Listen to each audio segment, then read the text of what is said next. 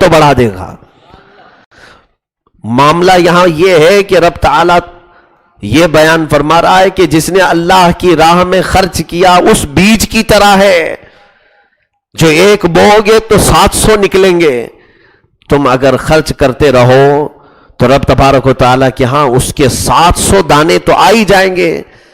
اور مولا آگے یوں فرما رہا ہے اور جسے چاہے رب تعالیٰ اس سے بھی بڑھا کر کے دے گا, اس سے بھی زیادہ دے گا. 700 گنا کوئی بات.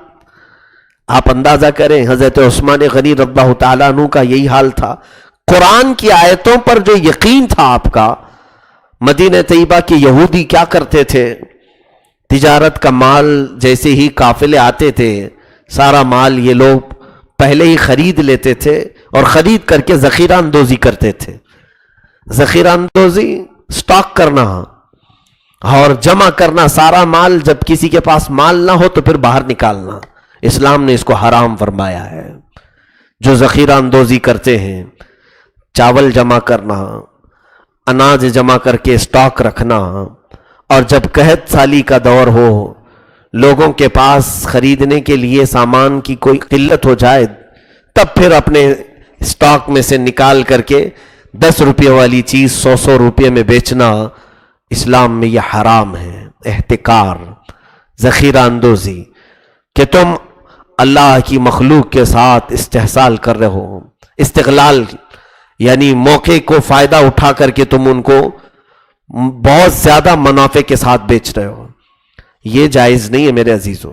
یہودی یہ کیا کرتے تھے. مدینے میں جیسے ہی مال آتا تھا سب خرید کر کے رکھ لیتے, چند دنوں کے بعد بازار سے سامان ختم ہوتے تو یہ پھر 10 روپے کی خریدی ہوئی چیز 100 روپے میں لا کے بیچتے تھے. حضرت عثمان غنی رضی اللہ تعالیٰ عنہ کے پاس مال بہت تھا. آپ نے ان کی شرارت کو محسوس کیا. تجارت کے قافلے ملک شام سے آئے, مدینہ پہنچے بھی نہیں تھے کہ مدینے سے کئی میل دور جا کر سارے قافلوں کو آپ نے تنہا خرید لیا. پورا مال آپ نے خرید لیا. خرید کر کے ایک میدان میں پورا غلہ جمع کر دیا. اور جب یہودیوں کو پتا چلا کہ اس بار تجارت کا مال پورا عثمان کے ہاتھ لگ گیا تو انہوں نے سوچا کہ چلو بھاؤ تاؤ کر کے عثمان سے لے لیں گے, پھر ہم مارکیٹ میں بیچ دیں گے. یعنی عثمان ہول سیل دے دیں گے اور ہم ریٹیل میں بیچیں گے.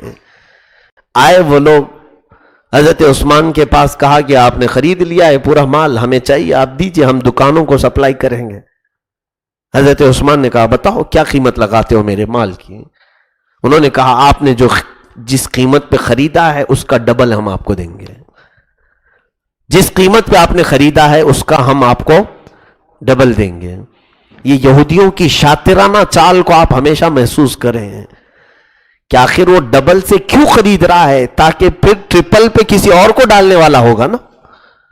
جبھی تو حضرت عثمان نے کہا نہیں, میں اتنے سودے پر راضی نہیں ہوں.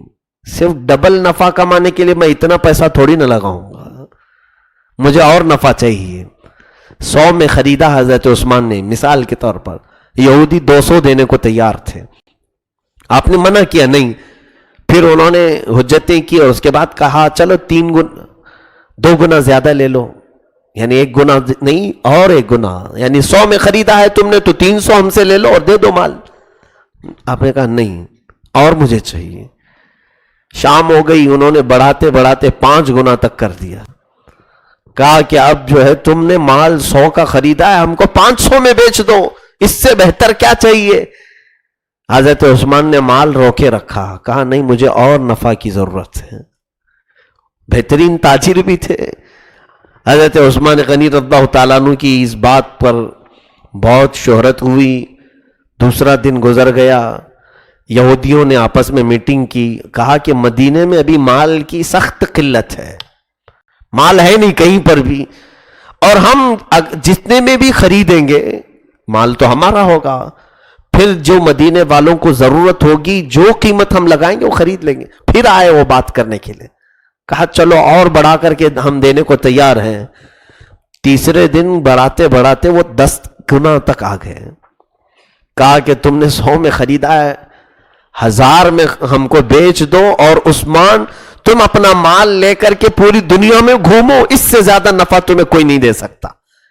ایسی باتیں مارکیٹ میں ہوتی ہیں نا، جاؤ بازار دیکھ کر کے آؤ، اس سے کم تو کہیں نہیں ملے گا. تو انہوں نے بھی کہا کہ اس سے زیادہ نفع تمہیں کوئی نہیں دے سکتا. حضرت عثمان نے کہا نہیں، 10 گنا نہیں، اور بھی چاہیے مجھ کو، اور نفع چاہیے. حضرت عثمان کو ان لوگوں نے بہت ملامت کیا کہ تمہارے پاس مال ہے تو اس کا کیا مطلب کہ 10 گنا زیادہ تم بیچو گے؟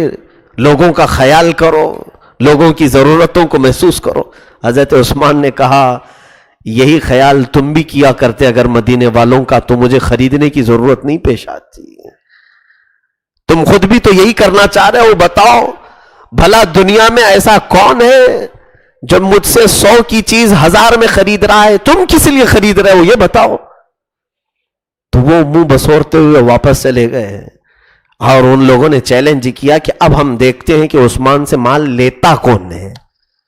اگر انہوں نے 10 گنا کم نفع سے کسی اور کو بیچا تو ہم جھگڑا کریں گے، کیونکہ ہم نے بولی لگائی تھی اور ہمیں وہ 10 گنا پر بھی دینے کو راضی نہیں ہوئے.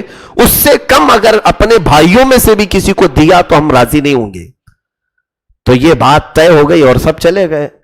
حضرت عثمان غنی رضی اللہ تعالیٰ عنہ نے فجر کی نماز کے بعد سارے مسلمانوں کو اعلان کیا کہ مارکیٹ میں مال کی بہت زیادہ قلت ہے، تجارت کے قافلے آئے ہوئے ہیں، میں مال کا مالک ہوں، جن جن مسلمانوں کو مال کی ضرورت ہے وہ مفت میں لے کر کے جائے.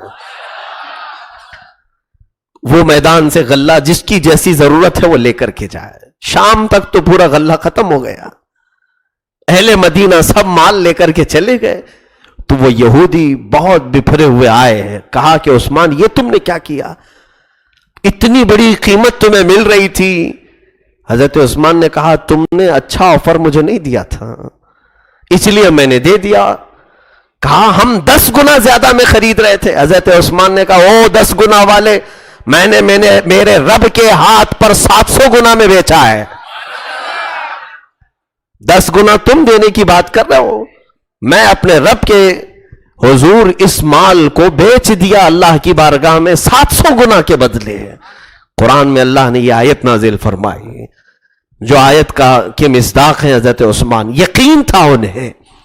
عزیزان گرامی، ہمارا پورا تو ہم خرچ نہیں کر سکتے تو کوئی چیز ہماری زندگی سے نکلتی رہنی چاہیے.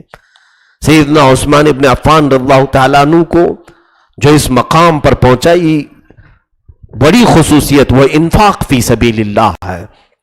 اسی طرح آپ کے بہت سارے کردار ہیں. رسول کریم صلی اللہ تعالیٰ علیہ وسلم بہت آپ کو پسند فرمایا کرتے تھے. جو صحابہ کہیں کسی کے غلامی میں جکڑے ہوئے ہیں ان کو اپنا مال دے کر کے آزاد کرا لیتے تھے اور لا کر حضور کی بارگاہ میں پیش کر دیتے تھے. جب جب کہیں کسی کو تکلیف میں دیکھتے اسے مال کی ضرورت ہوتی. کتنے تو ایسے صفہ کے صحابہ ہیں جن کی شادیاں حضرت عثمان کے مال سے ہوئی. حضرت عثمان غنی رضی اللہ تعالیٰ عنہ کیا کرتے تھے. لیکن ایک بات یاد رکھیں، وہ اپنا مال انفاق فی سبیل اللہ یعنی جو اللہ کی راہ میں خرچ کرتے تھے وہ اس لیے نہیں کہ لوگ ان کو بڑا دیالو کہیں، بڑا سخی کہیں، لوگ ان کی تعریفیں کریں. کبھی حضرت عثمان غنی نے غریبوں کو کوئی چیز تقسیم کر کے فوٹو نکال کر پیپر میں نہیں چھپوایا. وہاں اس زمانے میں نہ یہ پرچار کا سسٹم تھا، کہیں نہیں. بس ایک طلب ہوتی ان کی، آ کر کے خرچ کرنے کے بعد حضور سے پوچھتے یا رسول اللہ میرے اس عمل کو اللہ نے قبول کیا ہے کہ نہیں؟ اگر میرے آقا فرما دیتے تو حضرت عثمان کہتے بس مجھے روحانی سکون حاصل ہو گیا، میرے قلب کا سکون حاصل ہو گیا. یہاں اگر انفاق آ بھی جاتا ہے کچھ لوگوں کے اندر تو ریا سے خالی نہیں ہے، دکھاوے سے خالی نہیں ہے. میرے عزیزوں، کتنے بیمار ایسے ہیں جن کو حضرت عثمان غنی رضی اللہ تعالیٰ عنہ مال دیا کرتے تھے. کتنے گھروں میں حضرت عثمان کا مال پہنچتا تھا، حتیٰ کہ مدینہ طیبہ میں مسلمانوں پر بڑا آپ کا احسان تھا. شروع کے دنوں میں